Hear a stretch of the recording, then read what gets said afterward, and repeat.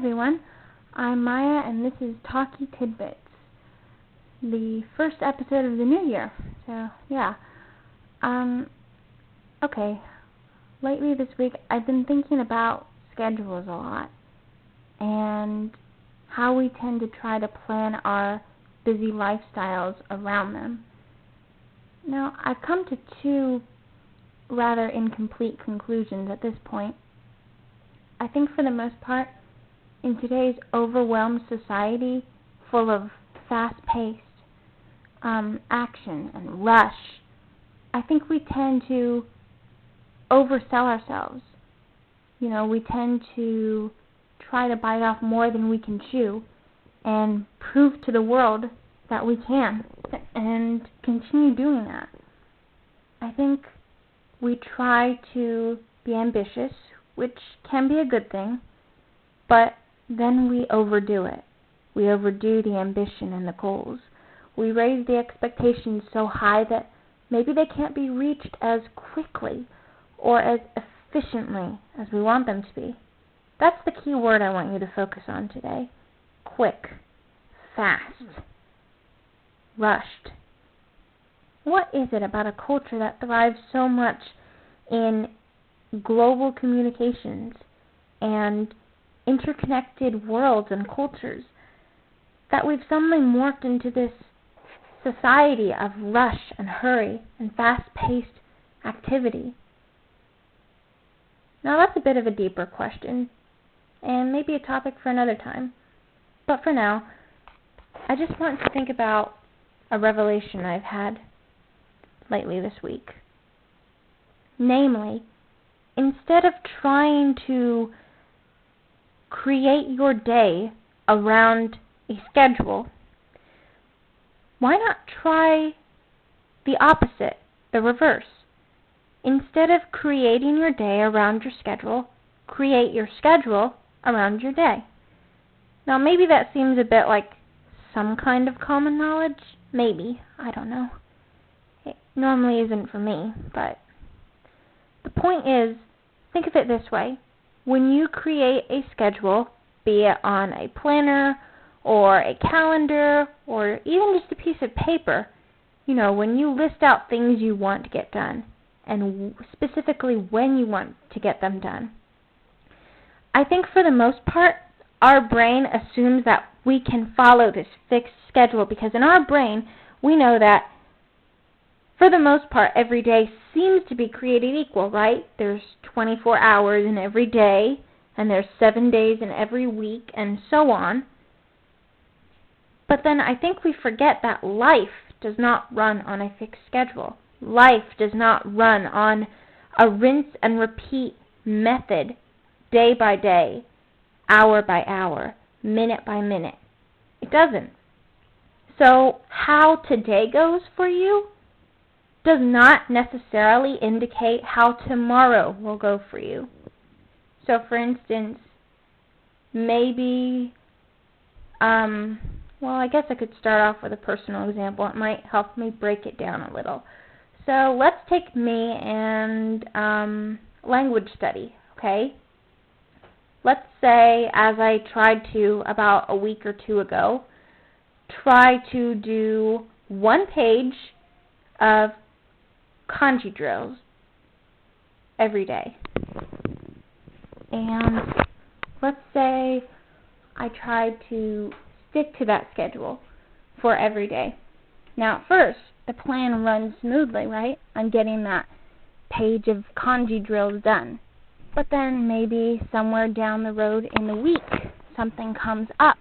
And maybe I become busier with, things with my family or with my other interests or my hobbies, or maybe like here's how it went for me. I started off strong on fulfilling my mental get one page of kanji drills task done every day, and I felt good about myself.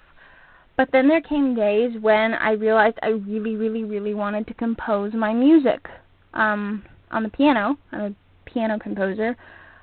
There were days when I realized I wanted to do that more, and so I didn't really feel in the mood to study more kanji. And so what happened is I fell behind in my, again, mentally structured schedule. And so I would try to catch up. But see, what that would mean then is that, like, let's say instead of covering 8 kanji a day, the next day I would cover like 16. And that is way, I don't know about you, for those of you who study Chinese characters, be it in Japanese or Chinese or Korean or a similar kind of drill that you might have for a language you're studying. But for me, that was just an overload for my brain. I got tired and I wanted to do something else. But then I felt bad that I hadn't achieved that goal. But then yesterday, which, 24 hours or so ago, where I live, it was still New Year's Day, and I was thinking, why am I doing this to myself? You know, it's supposed to be something relaxing, fun, right? And I was turning it into something that I dreaded because I knew how many I would have to do, how many kanji I would have to study. And I would say on average, one page, because I use a fairly small notebook, one page takes about an hour, because what I would do is I would write out the kanji. I would write out each step, each stroke, so I would progress it like, you know, first you start with this stroke, then you have that stroke, and you add another, and so on. Then I would write down the meaning. Then I would write 2 lines of that kanji over and over for 2 lines until I hopefully remember it. But then I realized when I went back to it, I realized when I was doing my journal entries in Japanese, then it was kind of harder to remember certain kanji because obviously just because I've written them down didn't mean that they'd settled into my long-term memory yet. But it was when I actually started using them in contexts in my journal entries that they really started to cement in my brain. And so last night, instead of trying desperately to catch up on my overdue kanji pages, which again were because of a mentally structured schedule that didn't have to be so rigid, I just spent about an hour and a half or so. I wrote a few little pages of a journal entry using only my memory of the kanji that I knew. So the notebook I use is really little. It's probably could fit in the palm of your hand, about that, maybe about as long as a person's hand. It's one of those cheap notebooks that you can get from dollar stores here. But in any case, I found a stronger comfort in letting go of that rigidity that my structure, that my schedule had unintentionally created. And so I think if you apply that in a broader scope, that's what we're doing in our lives. We have this schedule that we have to follow, and so we stress ourselves out to the point that if we don't accomplish even one of those things, we instantly feel like we're having a terrible day. And on the flip side, if we do accomplish one of those things, we feel like we're having an amazing day. And, I mean, I'm not saying you shouldn't feel great when you accomplish something important. I mean, obviously that's worthy of a huge congratulations. But on the flip side, you shouldn't make yourself feel terrible if you didn't complete everything that you wanted to. And so I know that there are certain things in life that you just can't schedule yourself out of or wing it with when it comes to forming a schedule. So, for instance, specific schoolwork deadlines or work-related appointments or meetings. But at the same time, I think what you need to do is not focus so much on the schedule, but think of how you can work around that schedule. So for the things that absolutely cannot be moved to another time or another place or another day, think about how you can work that into your day. Just work your schedule gradually into your day. Don't work your day into your schedule, because then you're just putting yourself more at risk for like burnout, I think. Because if you constantly focus on how you're going to maximize, optimize your day based on what is on your schedule, you're not going to feel very fulfilled inside, I think. And I think once you let go of that, you can really start to ask yourself, is what I'm doing important? Is what I'm doing meaningful to me at this point? And if I am getting tired of it, can I give myself the mental freedom and the mental strength to step away from that for a little? Because, you know, nothing's good when you overdo it. and, do something else, just even for a little bit. And I think that really helps alleviate some of the nerves that you may have when you have that feeling of like trying to do something all at once or not stopping until you've reached a certain point. Because then it comes to a point you have to ask yourself, what is that certain point I'm not going to stop until? Who makes up that certain point? Me. Nobody else did. And so for that matter, I think that as we start off into a new year, I think it's really important to just consider whether what you're doing is actually impacting your life in a meaningful way. And, again, like with any goals in general, I think you just need to take baby steps and really push through. And don't try to do it all at once. Because if you try to do something all at once, you're either A, not going to be satisfied or happy with yourself in the end, or B, you're not going to see results right away and therefore feel bad about what you've been doing or question whether what you've been doing is even worthwhile. So like, let's say getting into shape. For some people, that could be relatively easy or relatively difficult depending on factors like your genetics, your current health, your metabolism levels, that sort of thing. But just because you start exercising a bunch one day, right, it doesn't mean you're just magically going to achieve the in-shape body that you want. You have to work for it. It takes time and progress. You have to keep it consistent. I think consistency is the key. And I also think that allowing a little flexibility in your schedule is also key for having a strong mental conscience. Like, for instance, on days that I'm not studying kanji drills for my Japanese study, I have to ask myself, is it okay that I didn't do kanji drills? I mean, maybe I spent part of the day writing a message to a friend in that language, or maybe I was studying a grammar lesson on that language, or maybe I listened closely to a video in that language. So that could be another way that I study that language, even though it seemingly doesn't match the equivalence of, say, doing kanji drills. Yes, it's not kanji drills, but it still involves learning the language in some way, right? There's more to a language than just one aspect, right? And I think, again, if you take this language approach and step back and look at the broader picture, you can think of it like that too. So, like, if you're trying to get in shape or get a more fit body, right, just because one day you do a couple push-ups and then the next day you just do some dancing, for aerobics, that doesn't mean you're not exercising. You are technically exercising on both days. You're just using your body. You're taking different approaches, slightly different approaches, to achieve the same kind of goal.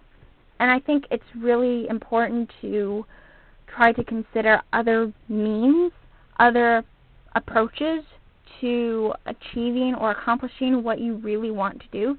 Because I think that's what we build a schedule around for the most part, because we want to use that schedule to help us achieve something greater. I mean, think about it. If, let's say that you're a scientist and you've accomplished all that you need, I mean, maybe not so much that, but I try to think of people that are older and retired, right? They don't really need to follow a strict schedule, like, do this at this time, unless maybe it involves, like, medicine or something, I don't know. But you don't have that feeling of, like, I have to do this now, and I cannot reschedule this, or I have to do this exactly this long, or else I am not going to achieve something, right?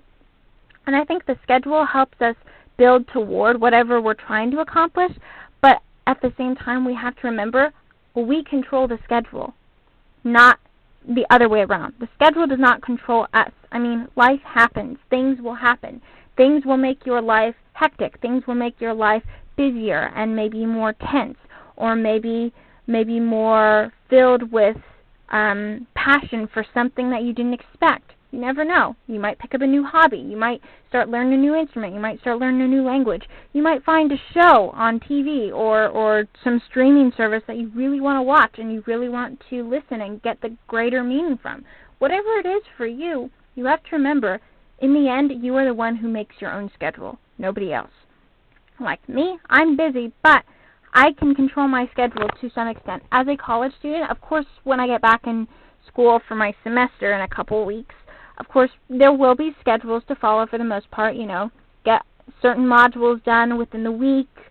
There will be deadlines and dates for tests and exams and finals and that sort of thing. But at the same time, I can work around that. It's not like that is controlling my life 24/7. I can control it for the most part, which means I can have some wiggle room, I can have some flexibility in figuring out what I can do with my day. And I think that harkens to something that I remember hearing from an old teacher in high school. She said that instead of telling others, have a great day, we should tell them, make it a great day. Because in the end, I believe we do all have the power to make the day whatever we want it to be. It just depends on how we look at certain aspects of the day and whether we're really willing to put in the effort that may be needed to make it a good day, make it a great day.